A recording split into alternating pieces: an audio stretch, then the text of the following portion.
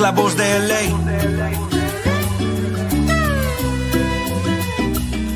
It's like una galaxiana, come and kick it with us. I bring the bossa nova beats and talk the club that we love. Another year to adjust, and Will Kuntz we all trust. 6 titles in the cabin, tell the haters shut up. Mirar al horizonte con el cielo morado. Llegamos al estadio como siempre lo hago. Es la nueva temporada, ya cumplí 30 años. Rezándole a San Pequi que no dé al travesaño. Que repartan los balones y no sean tacaños. Que regrese el contraataque y que le hagamos daño. Un saludo para Robert, hermanos ecuatorianos. Que la táctica de Ananda nunca sean en vano. Si se trata de mi gala me levanto temprano. Ver el fur en verano, en el pasto tumbado. Siempre estoy a tu lado, en cualquier resultado. Vamos Galaxy, on top is where I gotta be. Chilling in the canopy, staging like a winery. Goals during rivalries, brew from the refinery. Only want the finer things, we letting you know. Lo que pasa en la galaxia, ready, let's start the show.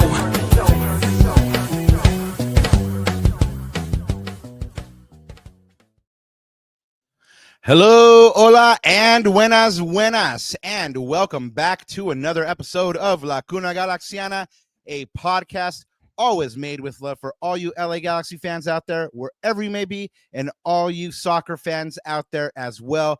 There's a home for you here too.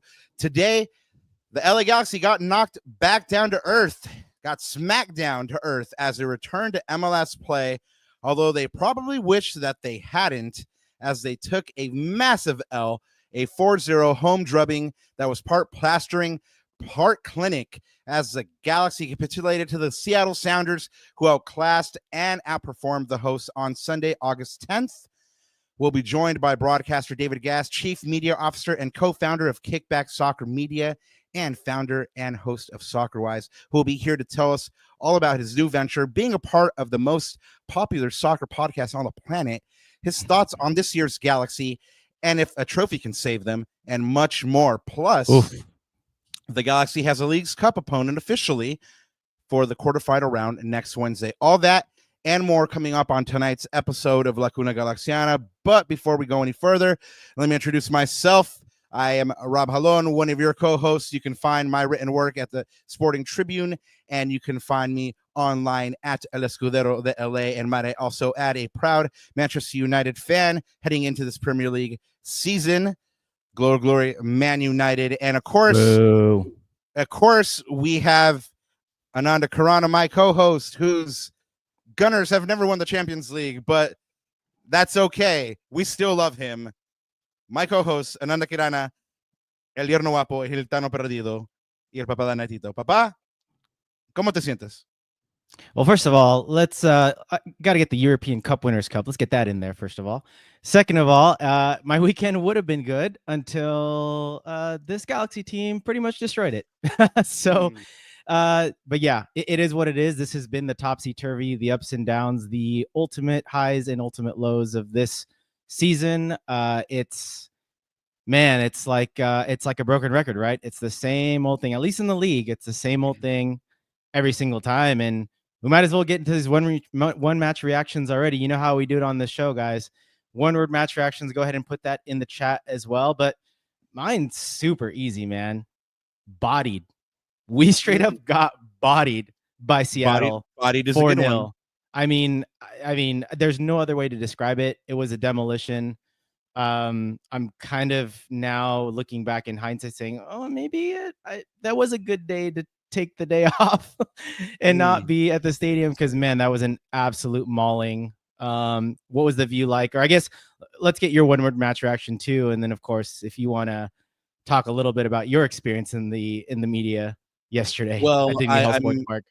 Well, I'm sad that I actually left your house in a very nice barbecue to go to this game, because I could have been chilling by the pool. And no, I had to go watch this team put in possibly one of the worst performances of the season. My one-word match reaction is Creed, and I'll explain.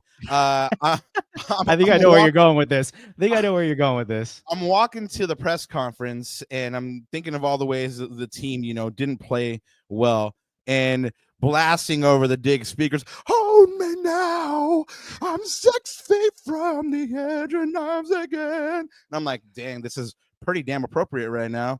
I don't think we can get any lower than this. Creed's blasting on the radio. So it is what it is. So yeah, my one word match reaction is Creed. When everything is bad, yes, Creed is the soundtrack to whatever scene that is. So but when you're in the highest of highs in League's Cup, remember what they blasted the other day? Can you take me higher? After we demolished Santos Laguna, so it's like I've been playing a lot of Creed. The irony, right? Oh, the irony. But anyways, oh man, yeah. Well, we want to get into get with our special guest today because really he's the reason that we're here. But start dropping those one word match reactions. And remember to subscribe to this podcast. Get us a 700. Y'all, if you want the Galaxy to win that League's Cup, get us a 700. Super chats are now available. Yeah, hit that sub. Super chats are now available as well. If you got something pressing, something yearning you need to get off your chest or a question, let us know. Hit up those super chats. And hello to everyone watching us on X and Instagram as well. Head on over to YouTube at some point. Hit that subscribe. Hit that like. We will love you forever. And also go ahead and check out all the appearances on Goals TV that Ananda and I have done. The latest one was the transfer one that Ananda and I both did, but pretty soon he'll be featured in another one, so watch out for that. Ananda, are you ready for our guest of honor? Yes, and before we do that, really quick, just to shout us out a little bit before we bring on our guest of honor, you can always follow me, block me, or stalk me at Ananda Galaxiana. That's what I always say. And of course, you can find Rob at El Escudero de LA is his tag, and you can find him on the Sporting Tribune. Which did you get that article out today, Papa? Oh, bro, I got that article out yesterday, homie. Oh man, well, see, this is like the best co-host in the world, like not keeping up with your articles. So there you go. That's par for the course there. But you know, it is what it is. But that's okay. You can still read it. It's still out there. Yeah. It talks all about how this Galaxy team was a very different team than the one that we saw in the League's Cup. But you know, maybe we'll talk to David about all that. Yeah, because we faced a very different opponent, which we'll talk about as well. Yes, the level was quite different. Shout out to everybody in chat. We absolutely love the hell out of you. Thank you so much for being here. And yeah, let's get into it with David, shall we? Let's do it. Well, as you guys know, David Gass, he has 15 years of experience as a broadcaster for all kinds of ball, CONCACAF, MLS, NWSL, DST, NCAA, among others. Was a part of one of the most influential MLS podcasts, Extra Time, for over a decade, and is now Chief Media Officer and co-founder of Kickback Soccer Media, and is the founder and host of now one of the most popular podcasts, soccer podcasts on the planet, Soccerwise. Please welcome David Gass to Lacuna Galaxiana. One of the most popular on the planet. Yeah, man. Yeah. Easily. Whoa. Okay. I'll take that anytime I can get it. At least in this multiverse. I don't know about some other ones. Hell yeah. That's the one I want to live in. Thanks so much for taking the time to join us. Yeah, thanks. We do appreciate you staying up late with us and hanging out for a bit. You know, now you're an official Cunero. You're welcome anytime. Yeah. Thank you. Thank you for having me. I enjoyed listening to you guys so far. I enjoy a little bit of the England banter, but I don't know that I'm going to be that helpful with it. Well, me and Ananda have plenty of England banter to sling for both of us. But before we launch into everything else, and we'll also get into Galaxy stuff a bit more heavily. We'll do a light question on the Galaxy real quick. We do something on the show called One Word Match Reaction, which something we do after a Galaxy. Do you happen to have a one-word match reaction for that 4-0 drubbing to Seattle last night? Illegal. Ooh. I don't know that what happened was consensual and legal, and I don't know that I was allowed to watch that. And I think midway through the second half, I was like, I think I should turn this off. Yeah, or you felt like you're like, should I pay someone to? Yeah, I mean, like, is this a premium? Was this a private situation that I wasn't supposed to be invited to? That was brutal. It was absolutely brutal. And to come off the back of like, oh, maybe something positive is happening. Leagues Cup experience was maybe even worse. I know from the Seattle fan base that I interact with that it was a pretty good night for them. Oh yeah, definitely. They were loving the win, just a 4-0 win's always good, but then when you get to do it over one of your rivals, and I know that the Seattle fans love kind of giving the LA fans shtick, so I bet they were loving that back home there in Seattle. David, I'm just gonna say it, like, you have a beautiful life, at least from where we can see, right? You cover the greatest sport on earth. You know, you get to hang out with Tommy Boger, who I call Gambit with the good hair. Do you have the best job on earth? I don't know. Maybe Tom does. Maybe his is a little bit better. But no, I think I'm pretty fortunate. I think I'm pretty lucky. I love covering soccer. I get to cover it in a lot of different places. Isn't that like the beauty of soccer? Is like, I think if you covered the NBA at some point, it would be like, oh, whoa, the Portland Trailblazers are playing the Detroit Pistons again. Let me talk to and about the same people. We get to cover teams from all continents. We get to cover players from all over the world. I cover NWSL and MLS. So you get to cover, you know, superstars in all different ways. And then I get to do it with some people that I consider really good friends. So yeah, I would say I'm pretty fortunate right now. Well, you just launched a venture as well. Tell us about Kickback Media and how that got launched, and, you know, what was the kind of come to Jesus moment, like the inception? Hey, what was the brainchild?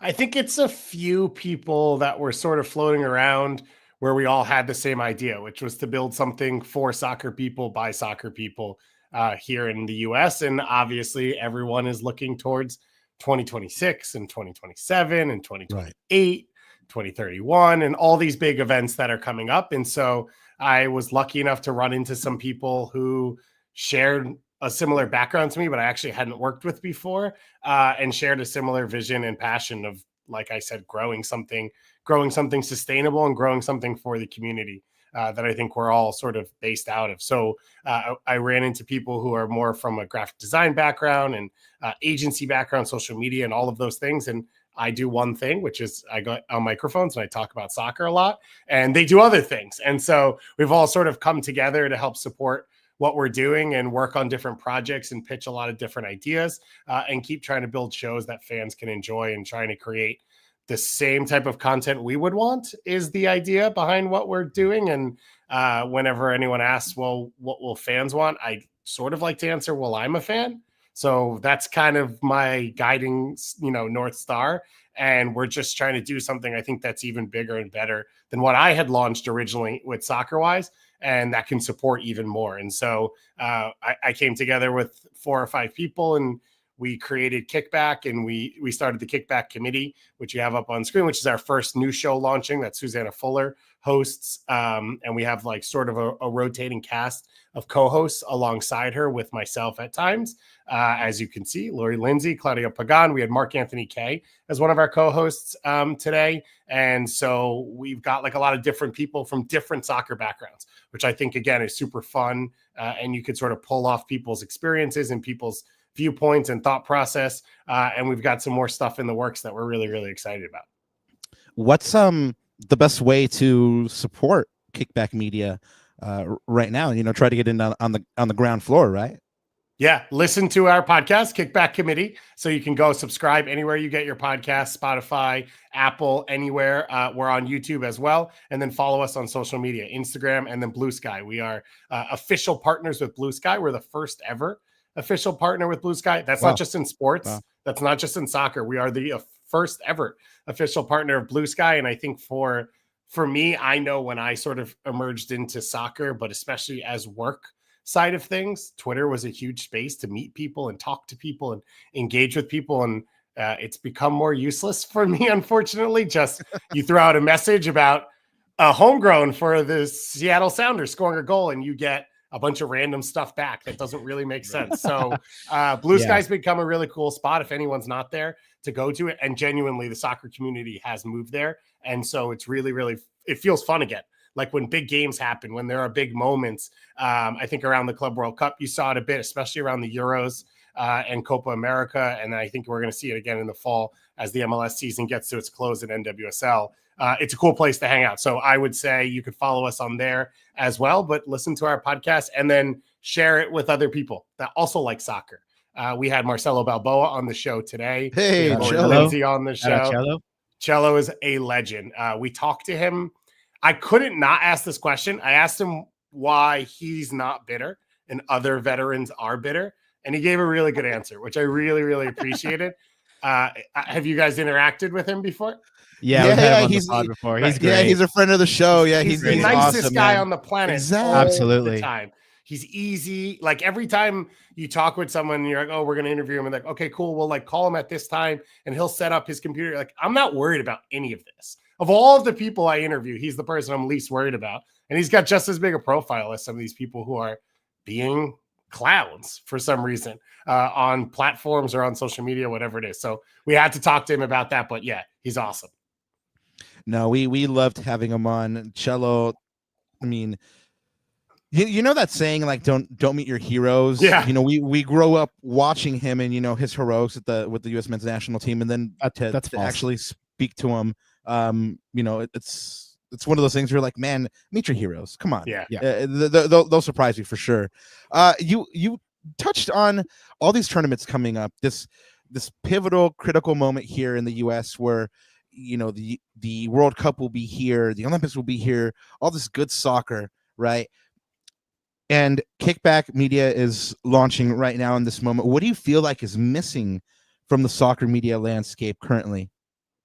I think there's a few different things. I think one is not anyone's fault, which is the amount of coverage, which is just media cratered at the same time as soccer was trying to emerge. And so, I mean, the loss of SB Nation was a huge moment, I think, in MLS, like teams get covered less. And then the switch over to the Apple broadcast deal, you took like 75 people who full-time covered the league sort of off their jobs. So I think the league, especially the sport in this country, like of the game in this country, not just the EPL and Champions League and all of that, I think there's not enough coverage. Like there's just not enough people talking about it and being able to do it as a job and therefore be at trainings and do research and create sources and find background and just be around enough to be able to like really have experienced conversations. So I think that's one of the huge issues. And then one of the huge issues that we've touched on with what we've started, which, you know, sort of came from what I've experienced, is I think a lack of confidence for a lot of people. I think people feel this need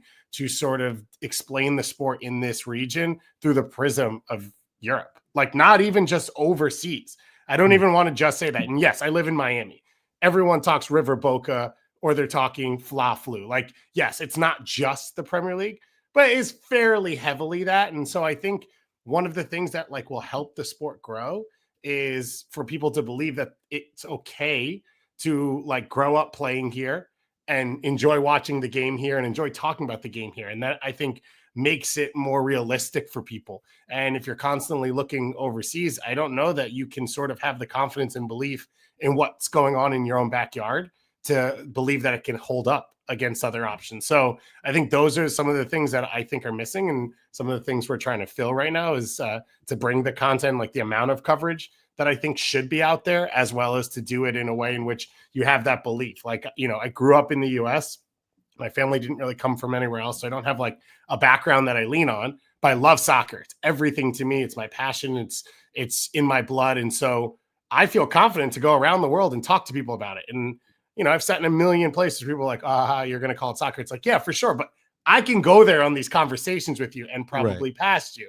And I actually do. I've said this many times. I think the U.S. is a really cool place to grow up with the sport because you do get it in a lot of ways. You know, I grew up watching Liga MX. I grew up watching the Argentine League. I grew up watching Europe. I grew up going to South Korean bars or restaurants to watch South Korea games because we have this like multicultural, diverse setup of soccer. And so I think all of that's really, really special. And I just want to amplify that.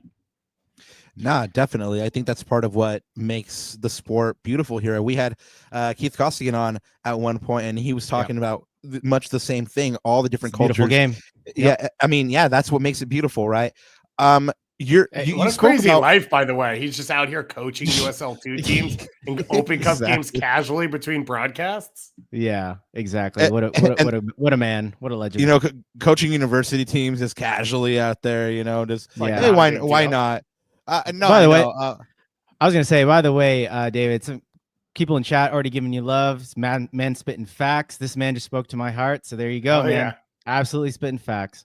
Come join us as often as you'd like. I will try The to hot do fire. it every day. Well, you don't do it every day, but you do it often with Soccerwise. I believe Tuesday, Wednesday, and Thursday, right? You guys have a live stream. I said that you're one of the co-hosts of one of the most popular soccer podcasts on the planet, on the air currently. I don't think that's hyperbole. I mean, I've seen you guys hold that #1 spot on Apple Podcasts quite frequently. I mean, and if that's not the most popular soccer podcast on the planet, I mean, I don't know what is. But congrats on the logo rebrand, by the way. I loved your explainer, a la all the teams that put out the explainer. Yeah, no, very, very class. I had a production curiosity question here to nerd out really quick. With all the things that are happening in the soccer world, I mean, we cover the Galaxy primarily, and some international soccer and stuff like that. So it's easier to kind of whittle it down. But you guys cover the sport at large. So how do you decide what makes it into an episode? I think for a lot of people who have listened or tried to help me edit the show, they would say we don't. We just talk about everything. And I work on some shows that other people run, and they're like, "Oh, it might be almost an hour." I'm like, "Yeah, okay. Is that too long or too short? What are you saying here?" Because me and Tom could go forever, and me and Jordan, every time we get on, we're like, "All right, it'll be a short episode. We don't have much to talk about." All of a sudden, it's an hour and 15 minutes in. But I worked on Extra Time for a long time, which you mentioned, and every time we'd finish that, we'd be like, "Oh, there was so much we didn't get to hit. There's so many teams." I mean, MLS alone, there are 30 teams. It's like outrageous. And that doesn't include national teams, but that also doesn't include like what's going on, right? I'm sure, because everyone loves to talk about like, what's the future of the league? Where does spending go? Is the league doing well? Is it better than Mexico? Is it building in the right ways? We're not even including that when talking about 30 teams. And we're not talking about expansion in that. And we're not talking about MLS Next Pro and USL and whatever. And that's just on the men's side. So yes, it is very hard, but it's why I built a platform in which I get to do as much content as I want and as many shows as I want. And some weeks it's 4 shows. Some weeks it's 5 shows. Some weeks there's an interview and it's 6 pieces that come out. It is the harder part of what we do, but I enjoy that. Yeah. I mean, it's not a bad life, right? You're like, hey, you know what? Like, I'm gonna bust my passion right now, So it's gorgeous, man. I feel like right now for us, this is a pretty cool moment because Ananda's been bugging me for the better part of 3 years to try to get you on the show, and I've always felt like, like let's kind of level up before we have him on the show. And no, literally, he's been like, Rob. We just hit 200, and Josh from Corner of the Galaxy, we just had him on recently, and he says, their first 200, you kind of suck, and then it just kind of gets a little better from there. So we're getting there, Dave. You're working on your 1,000 hours. Yeah, there you go. Yeah, or exactly. 10,000, or maybe for us it might be 50. Who knows? We're just letting it flow at this point. Josh was right after 200, right? But has there been a guest on the show that changed your outlook or understanding of the sport itself that you just walked away with being just totally flabbergasted and surprised with? That is an impossible question to answer. I've had a few who like you sit up a little higher as the interview's going along. And when it's over, you're like, yeah, I could go do something. Like I could go change the world. I could do something special. But I've had a bunch of those. And I don't know that there's one that I would say has changed the way I view the sport. So I was not prepared for that one. And I don't have a good answer. And I'm sorry. No, that's all good. I would say Marcelo Balboa today, but that might be a little bit cliche or recency bias. Well, he just reminds us that you can be one of the cornerstones in the history of this sport in the country and still be a regular ass dude and be super cool, right? 100%. Well, it feels like you have kind of like the juice to pull any guest really that you guys want on Soccerwise, right? But is there a dream guest that you haven't had on yet that you're like, I need to get him, I need to get her? So this will actually go into your Well, there's a couple, but this one, so growing up, I was not a soccer fan, and then I became one sort of like when I turned 12, 13 and started playing. And I didn't watch soccer like I watched other sports. So I sort of talked to my coach about like, who do I watch? What do I do? And so I'd say the like 2 or 3 players I fell in love with when I was super young were Eddie Pope and Patrick Vieira. And so those are my 2 like kings, which is where you get a little bit of Arsenal love in there. I was lucky enough to be around them. I've been on like panels where they've done and press stuff, but not one-on-one. So yeah, I guess maybe if Patrick Vieira wants to come hang out for 25, 30 minutes, that would be pretty cool. And I think anyone from any of the US teams I grew up watching, like anyone who played from 2000 to 2010, pretty much, I'd be happy to have them on my shows. Well, y'all heard him. Mr. Gas is putting the APB out there for you guys. U.S. men's national team heroes. Go ahead and hit up Soccerwise. Or Edgar Davids, if he's got nothing to do. Oh, yeah, that's a great one. That's a good one. Love a destroyer. Ooh, you remember that classic Nike commercial that he was in? The dream. That was the best. Yep. Oh man, that whole era of Nike commercials. Yeah, Nike hit it out the park back then. Oof. Yeah. What happened?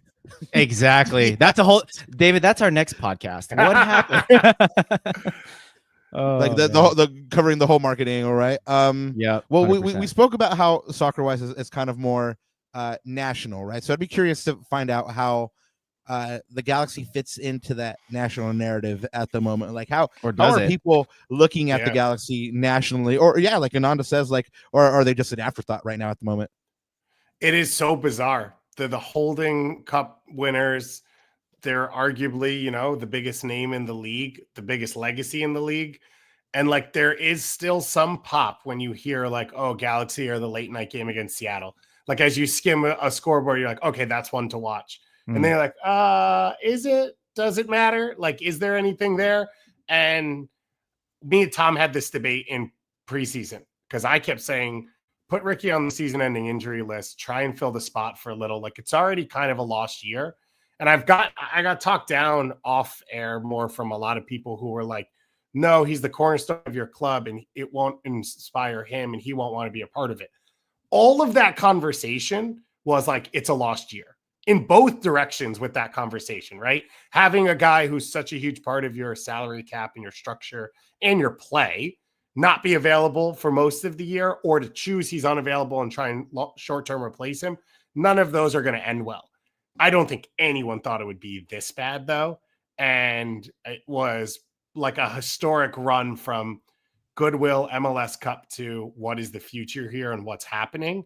And obviously the contract extension for Greg Vanney fixed a lot of that. And I think when that happened, everyone just stopped paying attention outside of LA because it's like not enjoyable to watch. It's not going to get better.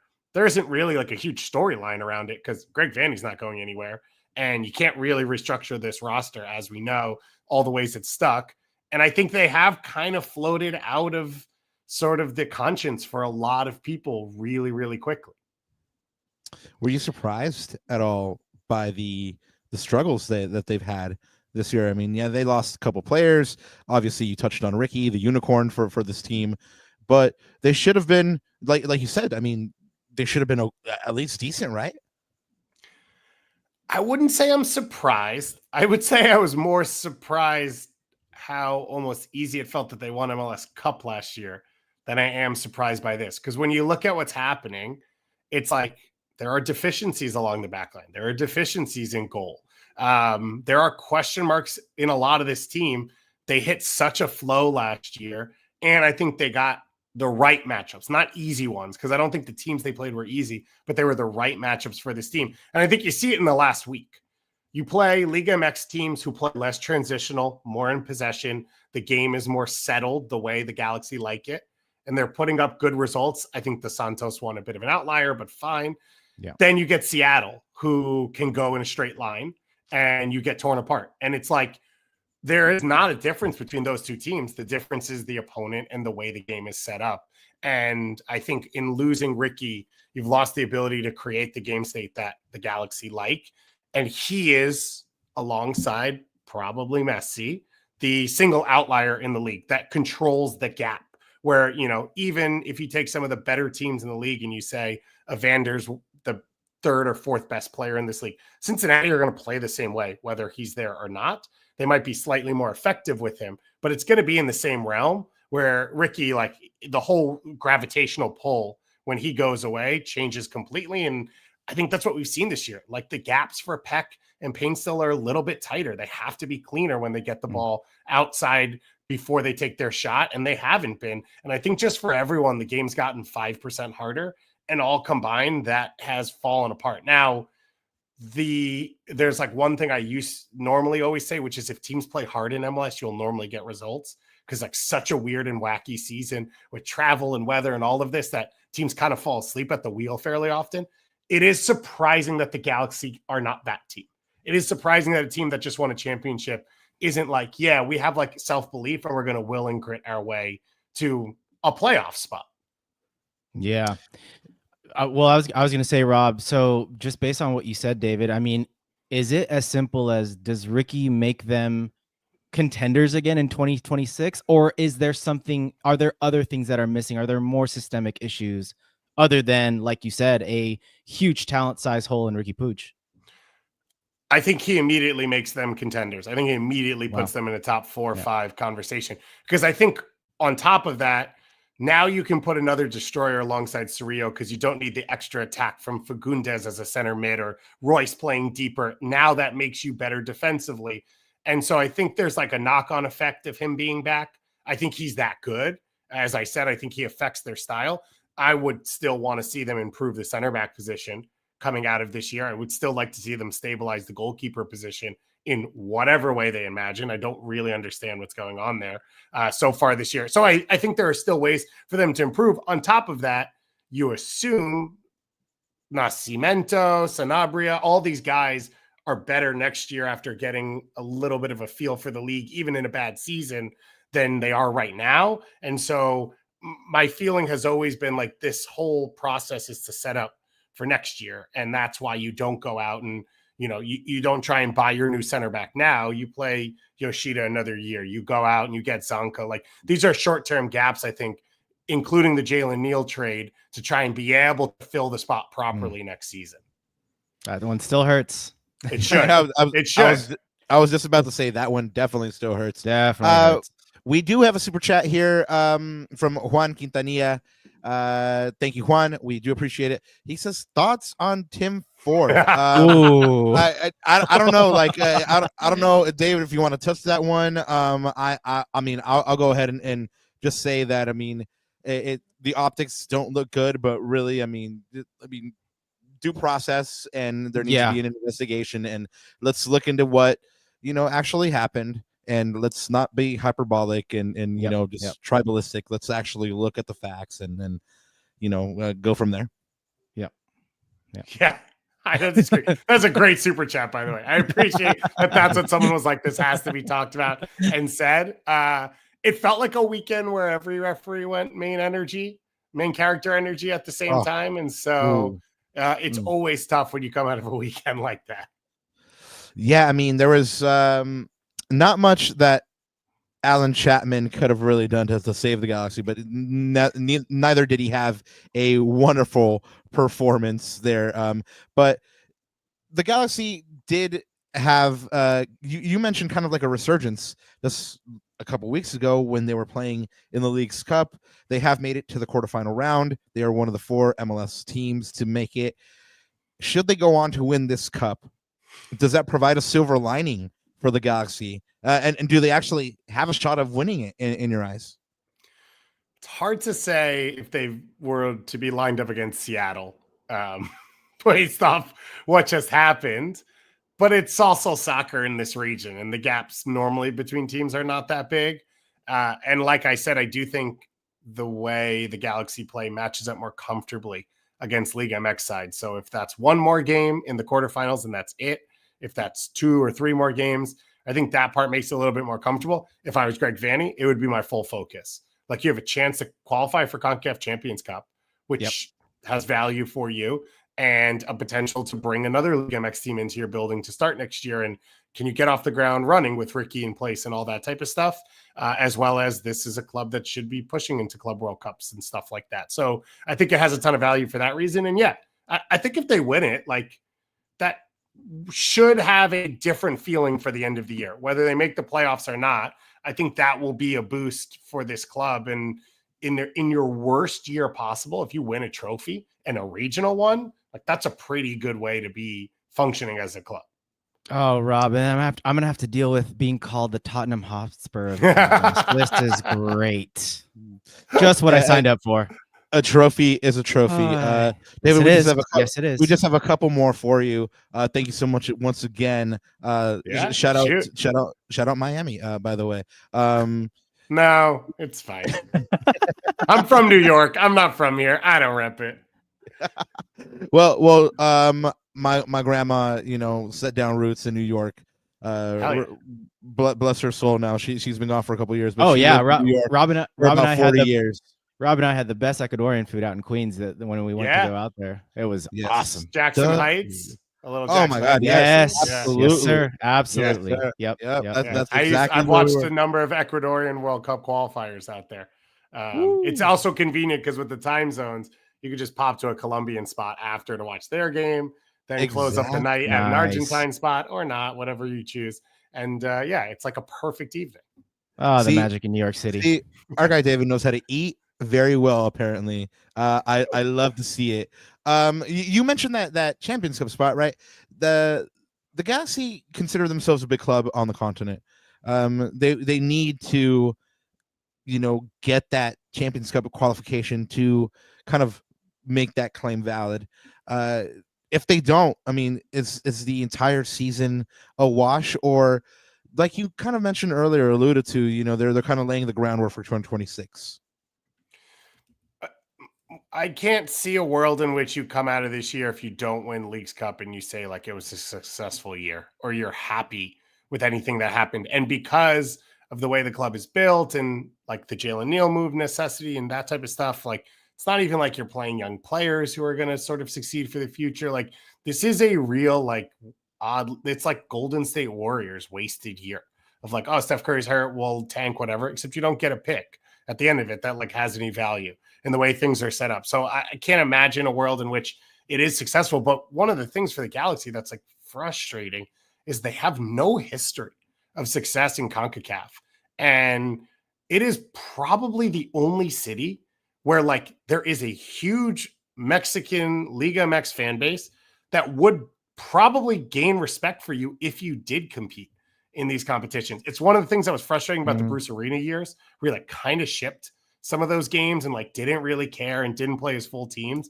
I think LAFC has earned a bit of it. Sorry to bring it up for you. But like if the Red Bulls beat Chivas, there's no one in the New York area who's like, no, I was a Chivas fan, but now I'm a Red Bull fan. Like they're not elevated themselves in their own market.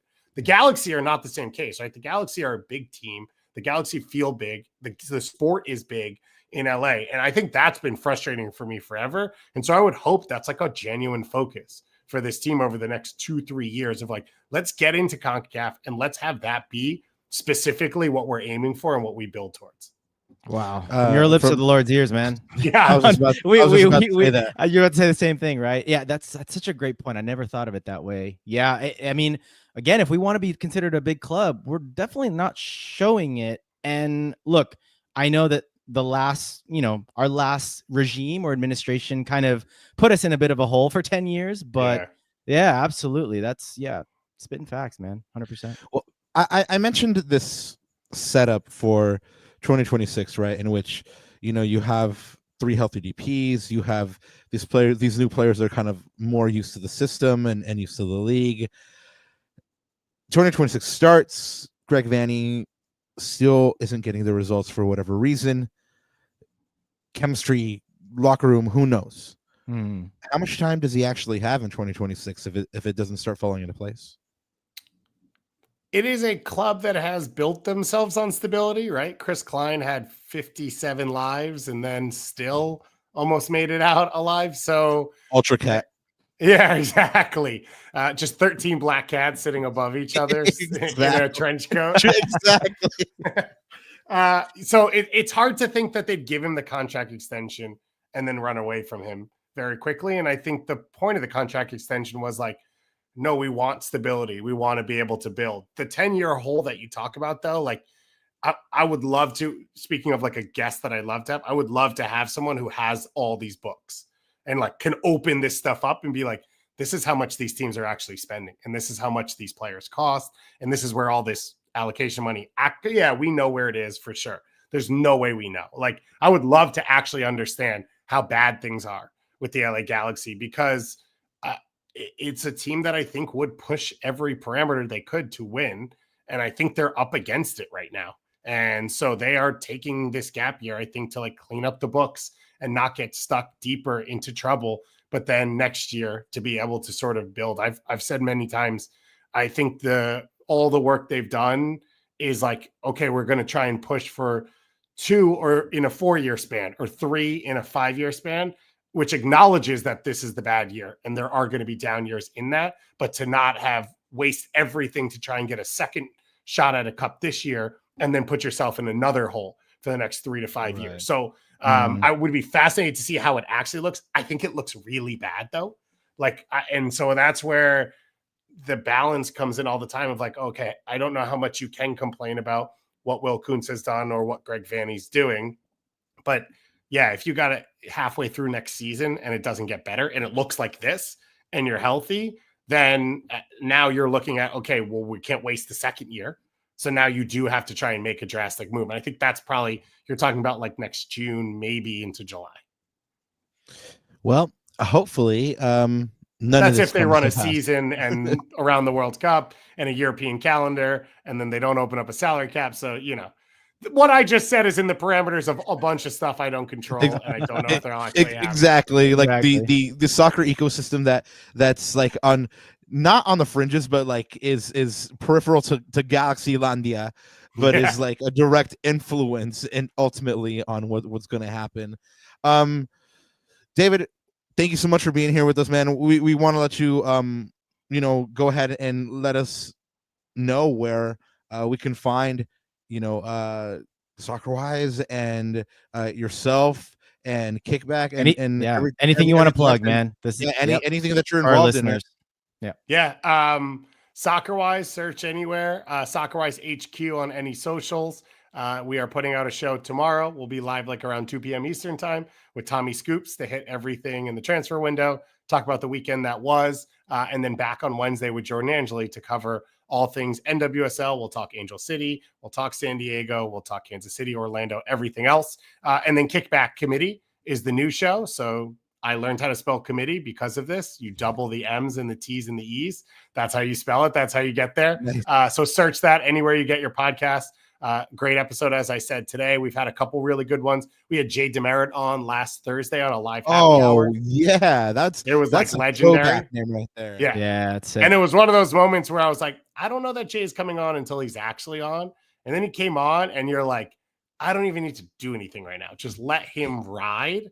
We are doing something called the 50 States of Soccer. So every week we're exploring soccer in a different state along all of our shows, still talking about current events and all the things we talk about. So last week was Wisconsin, which is where Jay Demerit's from, hence having him on. And he's telling stories about bar hopping on snowmobiles and being at Lambeau Field. And you're like, this guy lives the life. This guy's lived a real life. I've just sat around and done nothing. And this week is Colorado, which insanely is Sophia Wilson, Mal Swanson, and Lindsay Heaps all at the same time coming out of the same state.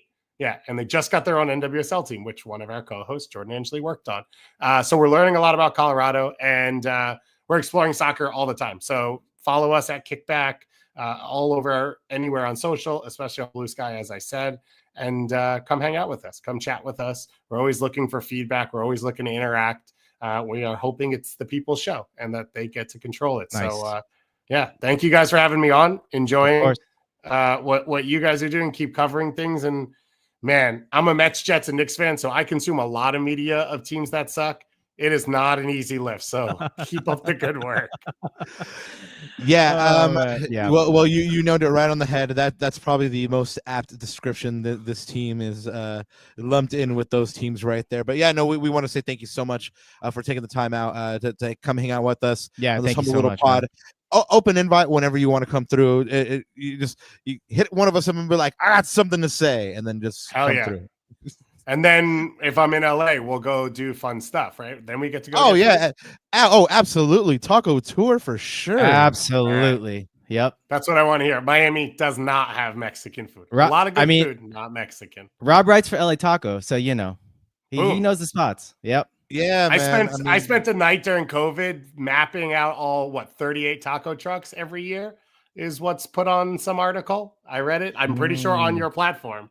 Yeah, So, no, yeah. I mean, there's so many good ones. You just So say many. if you want, like, you know, birria tacos or the canastas, Carnitas, asada. yeah, like, oh man, there's this place where the lady makes the blue corn tacos like by hand, and they're a little bit like thicker, and then you just eat the tortilla just by itself, and it just melts in your mouth, man. And we could be here all day. I need that in my life. We could be here all day. Yeah. and we just became a food podcast. There all we of a go. sudden. Yep. Boom. That's my dream. Well, Yep. You have an invitation. Whenever you're in Los Angeles, taco tour. We're making it happen, man. Sounds great. Thank you guys for having me. Appreciate it. Thank you so much, man. Appreciate the time. All right, have a good one. Bye-bye. Thank you. Thanks. Bye-bye. So, Cuneros, show that man some love. Go ahead and hit up Soccerwise, hit up Kickback, and the committee. Man, I always say, and we mentioned earlier, like, just when they say don't meet your heroes, don't meet people that you look up to, like, it's false, man. I mean, like, they're all good people, and if you go ahead and let them get a chance to show you that, they will. So anyway, Ananda, unfortunately, we got to take all this good feeling right now that we're feeling and talk about this game. Which do we really? I mean, we don't really have man. to. I mean, we could like just say good night right now, and the people know what happened.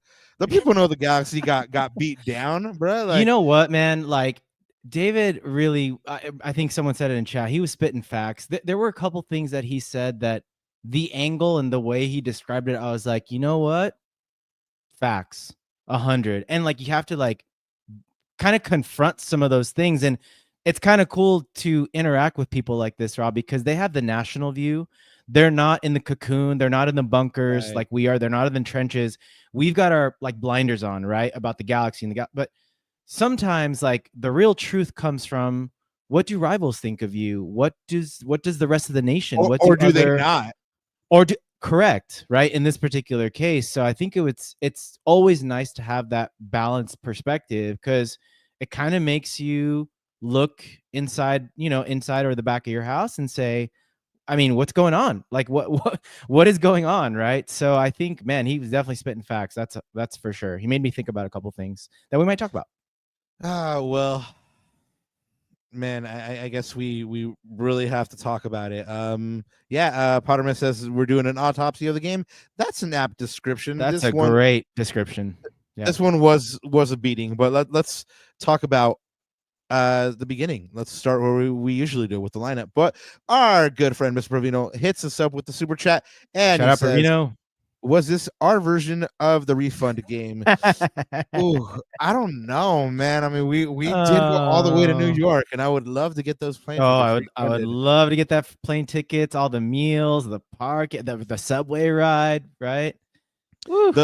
I wouldn't change the little kid though. That was a class. That was priceless. That did not have a price. Yes, that was priceless. Yeah, exactly. Well, Mr. Provino, I guess if there's a home game, this is probably the version of the refund game.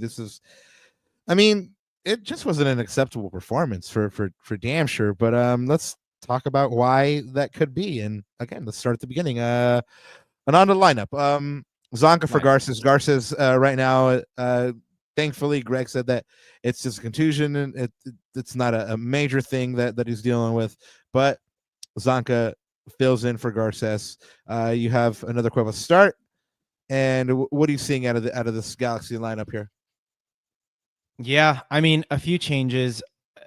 Here's where maybe I don't know if you had a different view coming into Dignity Health Sports Park, Rob, but I thought it was going to be more of a rotated lineup. Like I thought the kids, I thought like all the eggs were in the League's Cup basket, right? And we have 2 games between what was then, the last game between Santos and the next match. So what I had thought was, we're going to play some of the kids. We're going to rotate a little bit, maybe give the other guys, the starters. I'm not going to say all the starters, but let's say a few of the starters, like a 30-minute, 40-minute run out in the second half. And then you really get your sea legs under you in that Miami match, right? So I was a little surprised, to be honest, to see a strong lineup. Maybe Greg's thought process coming into this match was I need to keep the rhythm. Like I don't want my guys to be rusty. But at the same time, they played 3 matches in a span of 8 days, something like that. Granted, no travel. That was a huge plus. But, for some of these guys like Diego Fagundes, Maya, for example, I mean, it is minutes. It is going to take its toll on you. So, I mean, in the end, look, I don't care if you play kids. I don't care if you play the starters. If we played the way that we did, you're going to lose that match 10 out of 10 times, right? I don't care if you run 1,000 simulations, you're going to lose that game every time because of just the way we played. So, but yeah, I was a little surprised at the lineup, to be fair. Yeah, and Seattle, you had mentioned in the lead up to this match that Seattle was banged up. They were missing a lot of players. I mean, Didn't matter. Yeah, I mean, it didn't matter, but that just goes to show you the golf in class, right? That Brian Schmetzer has this team so well drilled that they're plug and play, right? They were without 2 of their DPs. They're starting 9. They're starting 10. Of course, I'm speaking about Albert Risnac, João Paulo, Jordan Morris, Pariola, and Ryan Kent. And then Jackson Reagan, who's been one of their best center backs all year. And, there's usual starting goalkeeper who's at this point, part of their history, like damn near legendary for them, Stefan Fry, who was on the bench. And like you said, it just didn't matter. The Galaxy started slow. They started off the pace. They started lethargic. They were second to every ball. They lost most of their duels. It didn't help that they weren't getting any of the bounces going their way either, but you got to kind of make your own luck. And it just wasn't happening for them, Ananda.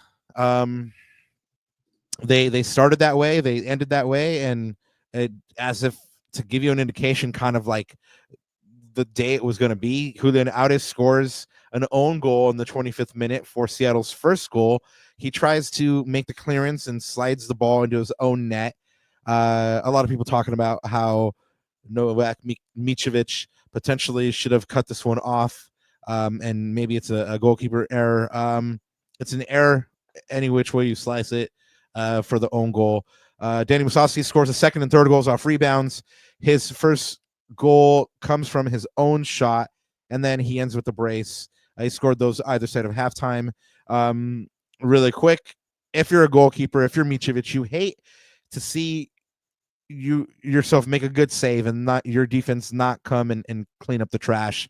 Musovski basically gets tap-ins on both the second and third goals. And then 18-year-old Snyder Brunel had a night to remember. He makes his debut. He makes his debut and scores a 4th goal for Seattle. He finishes a lovely play by Seattle where they hit a cutback pass after getting to the byline, and Brunel finishes. And now he can say that he scored on his debut against the Galaxy, against the champs. And, of course, it could have been more. It legitimately could have been more, as Seattle hit the post at least once, and they had a couple of last-ditch efforts there, last-ditch tackles, the defense anyway. Yeah, definitely could have been more. Like you said, just outclassed. Rob, I as you were talking there, especially when we're talking about the lineups and Brunel, and that's just pure bants, right?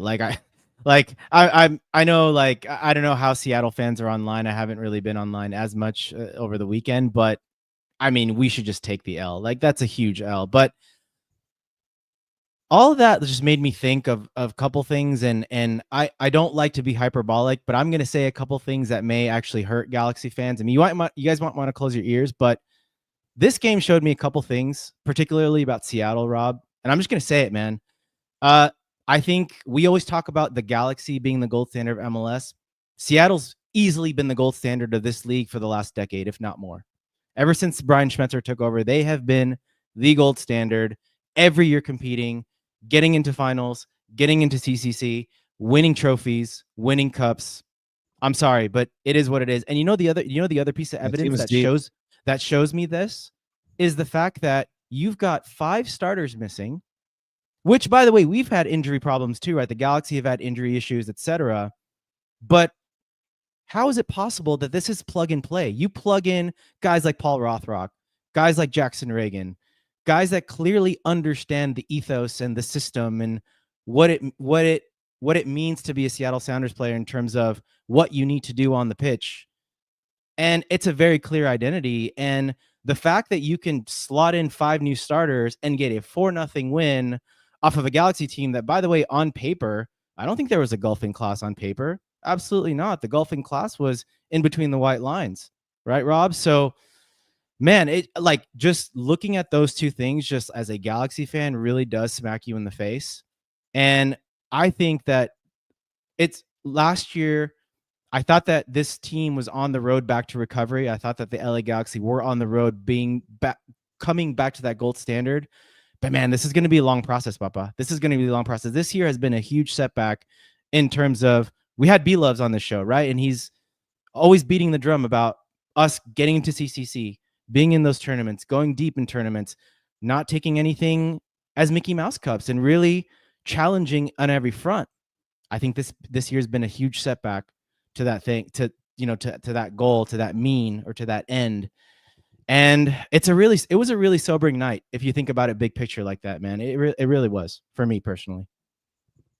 Yeah, well, I mean, we've already talked about it. They were just outclassed, and you say that, yes, they were outclassed just by looking at the eye test, but then you actually break it down and look at all the stats that mattered. I mean, they were outshot. They were outshot with shots on goal, with big chances, XG, and then ultimately the score line. I mean, they were also outworked. I mean, Seattle had 6 block shots to 0 for the Galaxy. When you look at the eye test again, you see a Seattle team that was physically dominant. Yeimar, Nuhu, and the Roldans basically bossed the pitch against the Galaxy, and I mean, they didn't really have an answer for it. They couldn't really deal with the physicality, and so you look at this and you go like, where can you get the edge? And the Galaxy didn't have the edge, and normally that edge comes from the stands, and that's not there right now either, right, Ananda? Yeah, no, absolutely. But I mean, you talked about some of these stats, man, but or you like me doing this one key stat thing, and for me, it was just complete dominance, even for unexpected goals. Even the expected goals, Rob said that we should have lost 4-0, right? You look at that 4.3 to 0.6. And you were right. We were completely outclassed, outplayed in every facet of this game. I mean, other than possession, which again, we know about this Galaxy team, possession doesn't really mean much, right? It's what you do with that possession. And look at this other stat here, Rob. But like, we weren't even just outmaneuvered or witted or tacticked. I look at that block shots stat as well. Seattle had 6 block shots. Now, the Galaxy only had 8. So if you block 6 of those, really, we only had 2 shots and they weren't even on goal, right? Like, we had 3 shots in goal. I'm pretty sure all 3 of those were blocked as well. So you look at that and you say, this was not only just a lack of quality, but it was just a lack of intensity. It was whether it was our passing rhythm or whether it was getting about the field. And Rob, you always say this, in that whoever wins the midfield battle usually wins the game, right? And I think the midfield has been a really big issue for the Galaxy this year, really all season. I don't think the balance has been right to consider the Galaxy like a top 4 team or a top team in the West. I think that's been one of the big culprits. And this game proved it to me. Like, Christian Roldan single-handedly ran that show. He single-handedly bossed that midfield. He was at the right place at the right time defensively, getting his tackles in, winning his duels. The midfield were working together, where they were working for each other in terms of winning those 50-50 balls. They won every second ball. I think Greg even talked about it in the post-match, he admitted that we were second to every 50-50 ball, every loose ball, and we didn't have that intensity. And we got overrun in midfield, literally, in my opinion, by one guy. Like literally, Christian Roldan bossed that midfield. And I think that's been a real Achilles heel this year for the Galaxy. Will one man, Riqui Puig, solve that? Well, you heard David just say he makes them instant contenders in 2026, which is really interesting to think about. But I think there's got to be that Lucas Sanabria player, or whoever that player is, to solidify the double pivot, to solidify the defensive part of the game. And then you let Riqui work his magic elsewhere. So it's a huge issue, man. Huge issue. Yeah, definitely. Well, the facts remain though that Riqui isn't there, right? And he's who knows when he's actually going to be back, right? Kind of just touched on this as well, but who knows when the supporters will be back as well. It's starting to have that 2023 feeling, right, where there was all the unrest. Sad, man. This picture. And yeah, and I mean, it is. I mean, you had supporters out there that were, chanting and waving flags and stuff like that. But I mean, when the Galaxy started to go down 3-0 in the second half, I mean, people started walking out and stuff like that. I mean, it's just like, the Galaxy do need that 12th man. Hopefully that, hoping that, team and sports get something figured out, because the team needs them for sure. But yeah, well, and it's, I was about to say, man, like last year we had belief. This year there's no belief in the stands, so it transmits to the players whether they want to admit it or not, in my opinion, right? I think they feed off of that energy. Like last year we believed that we could come back when we were down 1-0, 2-0 at halftime, whatever that may be. This year it's not the same. I mean, even compare the atmosphere from the beginning of the season, right?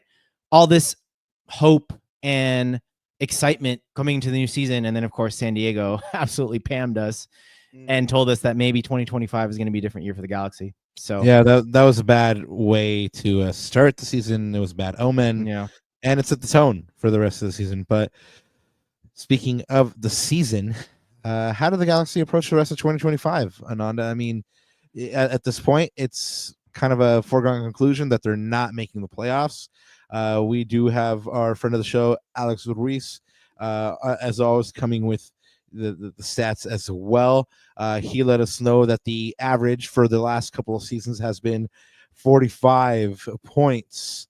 The Galaxy would need to win the rest of the games in their season to just reach 40. So it feels pretty safe to say that they aren't making the playoffs. So I guess we'll ask chat. Playoffs are not going to be a thing.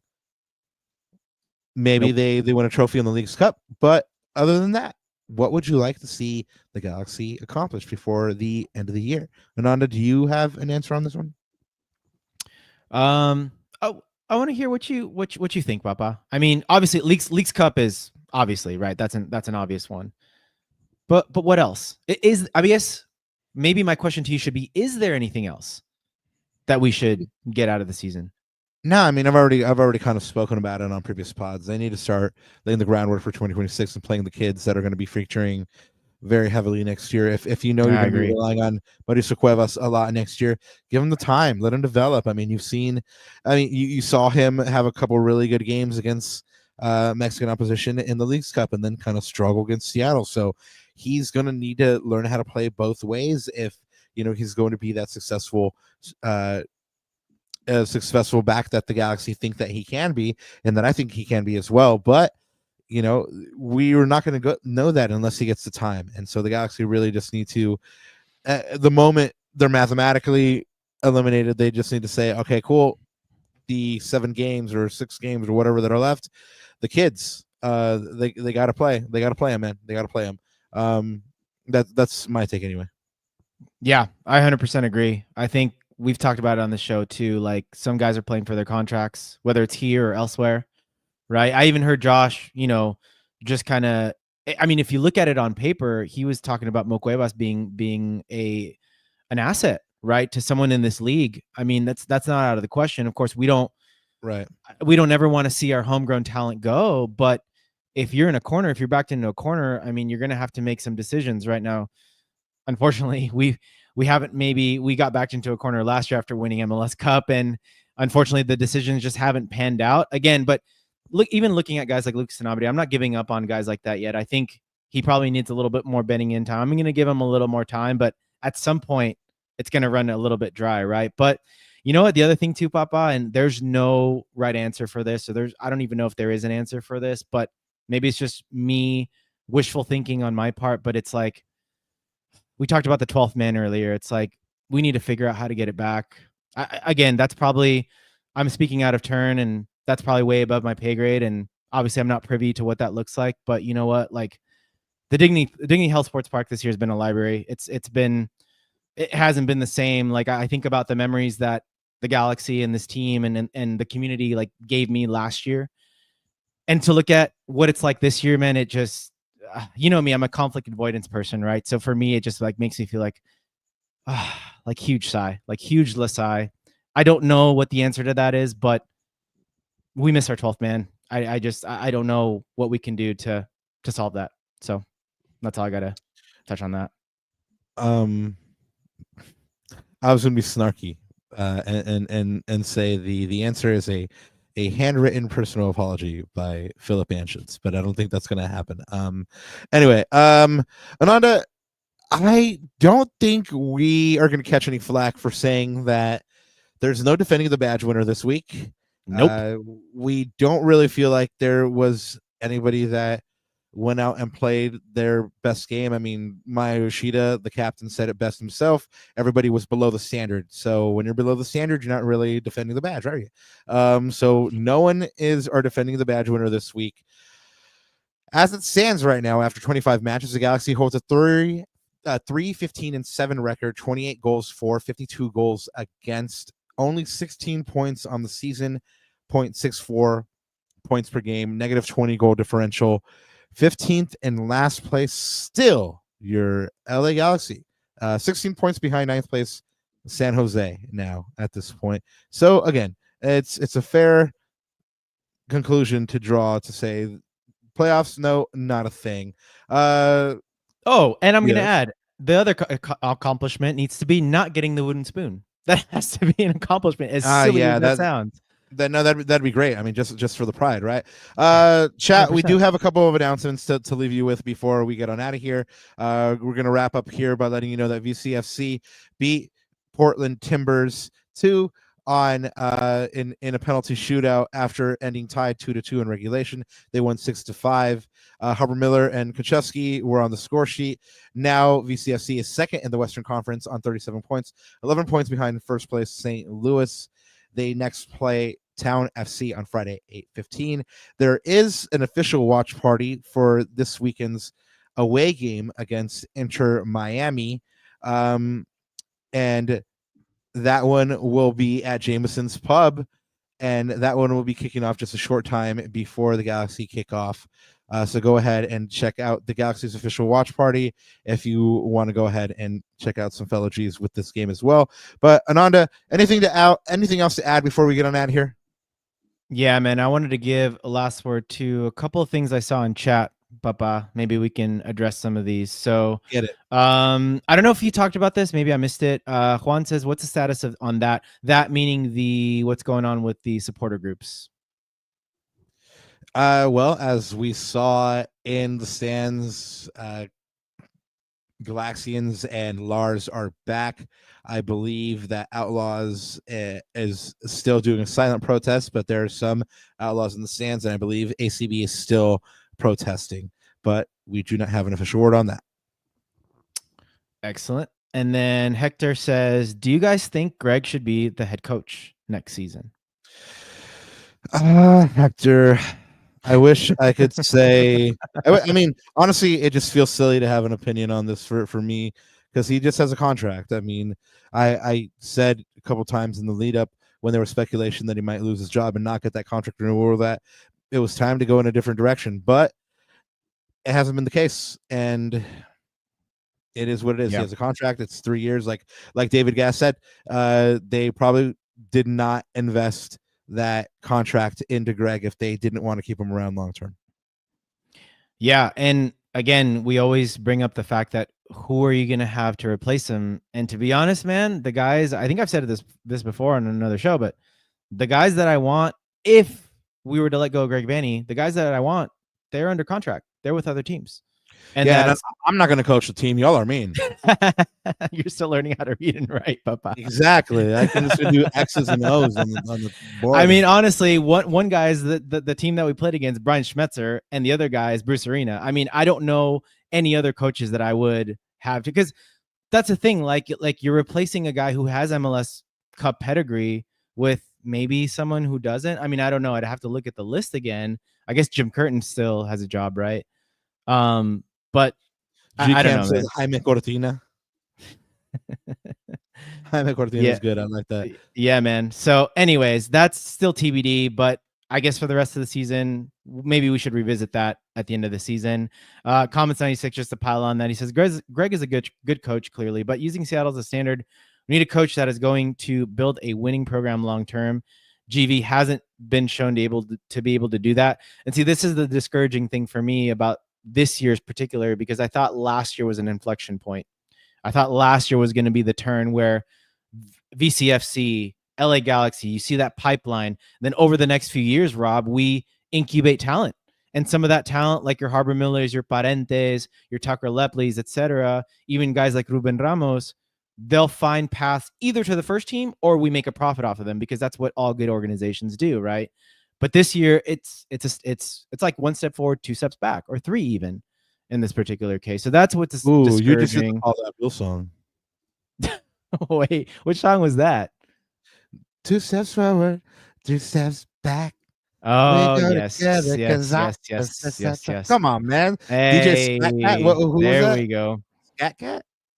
Yeah. Was that the music video with like the animated cat? Yes. Yes. There we man. go. Yeah. There we go. There we go. Can you tell this Galaxy loss has thrown us off track? Oh man. Anyway, let's wrap it up here, Ananda. Cool. On Thursday, August 14th, we'll bring you an Inter Miami preview pod. So go ahead and check back with us on Thursday if you want to get your Inter Miami versus Galaxy fix. And then a week from today, on Monday, August 18th, we'll bring you an Inter Miami reaction. No matter what happens, win or loss, we'll be here to guide you through it. If they win, we'll celebrate. And if they lose, hey, we've done plenty of Sadful hours already this year. We'll also bring you, just one more. Who couldn't hurt. We'll also do a mini Leagues Cup preview as a Galaxy. We'll play Pachuca in their quarterfinal matchup in the Leagues Cup on Wednesday, August 20th. Our brother Comments 96 says MC Scat Cat. Yes, thank you. I knew somebody would know. Now I got to go watch that video. Man, that's and just kind of erase that Galaxy 4-0 loss. And let's get on out here. Anything else to add? Just of course, just thank you, chat. Thank you to David Gass, of course. Hope you guys enjoyed that interview. Everyone on playback, go ahead and leave us a comment. Let us know what you thought. Yeah, I mean, all I got to say is just be good to each other, and we'll see you next time. Yeah. All I got to say from my side, Ananda, is that since there's been a lot of Creed playing recently, go ahead and play your favorite Creed song to guide you through the next couple of days until the Galaxy play Inter Miami. Hopefully it is a banger. One thing left to say. G's up. Te quiero tanto, tanto, tanto, tanto, tanto. Tú